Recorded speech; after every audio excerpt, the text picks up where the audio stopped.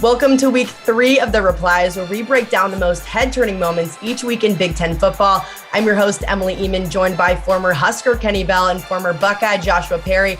Guys, let's start it off with freshman running back TreVeyon Henderson. He had himself a day against Tulsa. He set Ohio State's single-game freshman rushing record with 277 yards on 23 carries, 3 touchdowns on the day.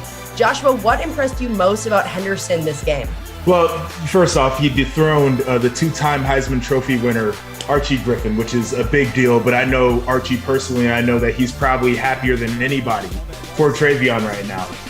The guy can hit the home run. That's a big deal. I mean, like, you watch this dude, and he'll make a dude miss close to the line of scrimmage. He'll run through a tackle on the second level, and then it's off to the races. Like, he's got big playability for such a young player to understand kind of what it takes to be an elite running back, especially in this conference with some of the defenses that he's going to face. I think it's phenomenal, but cheers to this guy. He's got a wonderful career ahead of him. Next up, after people were ripping on Michigan for not throwing the ball enough, quarterback Caden McNamara said, say less, and just launched a ball to Cornelius Johnson for an 87-yard touchdown against Northern Illinois. Kenny, I'd say Michigan kind of figured out its pass game a little bit. What'd you think? Yeah, the Wolverines' pass game definitely came together, especially as you lose a player like Ronnie Bell. That's going to be tough to recover from. But finding guys like Cornelius Johnson to make plays downfield like this one on Saturday was fantastic. And hats off to the Michigan Twitter folks. Definitely trolled the Twitter universe a little bit, but well done and big win for the Wolverines on Saturday at home. They said, all right, bet. Yeah. Here's the thing. The way Michigan was running the ball, I wouldn't be throwing it either. I mean, they're tearing it up with the ground game, but they got some weapons on the outside too, I guess. That's how you get those 87-yard bombs, man. That's how I had in college. You know, Demir Abdullah run it 30 times a game, and then we get the top. That's the money ball right there. I'll take the shot.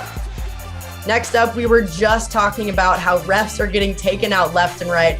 And they took another hit this weekend along with our very own Rick Pizzo on the sidelines, who took a hit and dropped the mic. Joshua, I know you've been on the sidelines before. If this happens, are you told to protect yourself or protect the mic?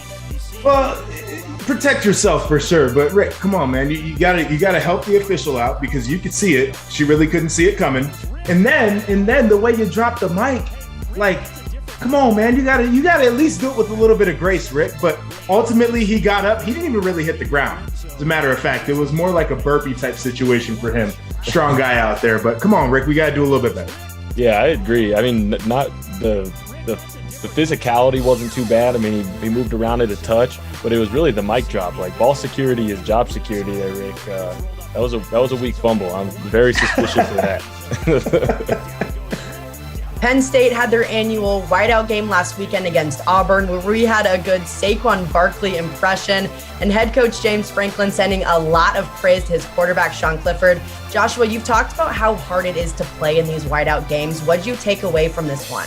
It's extremely difficult to play there, and Penn State took advantage of the home crowd and really put on a show in front of the national stage, which is awesome, and you get to see them having fun with the celebrations, which I enjoy. But Sean Clifford, as a quarterback, has been through it in his career, and he's taken a lot of criticism from fans and analysts and everybody, and he balled out. So James Franklin's right. That is his quarterback. The guy's taken a lot of criticism. He's won a lot of football games. That's my quarterback. Yeah, I think you said it really well, JP. I mean, one of the most difficult places to play in the nation, Happy Valley on a whiteout Saturday night, is hands down one of the toughest places in the nation to play. For Coach Franklin, I love that he's sticking up for Sean Clifford. I think he might just be at his wit's end with people talking about his quarterbacks, from Hackenberg to Clifford now. I thought both of those guys are strong talents, good quarterbacks that necessarily caught some bad breaks throughout their careers and didn't necessarily deserve all the criticism that they got. So hats off to Coach Franklin standing up for his guy. I love seeing that. Last up here, we have Michigan State fans turning up for the Spartans' win over Miami on Saturday. Kenny, the fans seem pretty pumped up. What'd you like most from this Michigan State team last weekend? I mean, and they should be. Honestly, Sparty was my lock of the weekend. They were dogs going down there to Miami, and I just love the way that Coach Tucker has these guys playing. I got to spend some time with Coach Tucker while he was at the University of Colorado, and he knows how to get his guys fired up for a big game. I think they have this one circled, and they came out firing. That run game looks stout, and that defense is firing on all cylinders. The Huskers have their work cut out for them heading up to East Lansing. I'm excited for that one this weekend. Yeah, I love what Mel Tucker's doing there, and he's an old school football guy, and it shows by the way those cats are playing on the field. But there's one thing I know is these fans are down in Miami celebrating. Mel Tucker had those boys straight to the airport after the game. There was no celebrating down there for those boys. They have another game to get ready for, but I love what I'm seeing right now. Thank you for watching week 3 of the Replies, and you can join us for week 4 next week, and thank you so much for watching.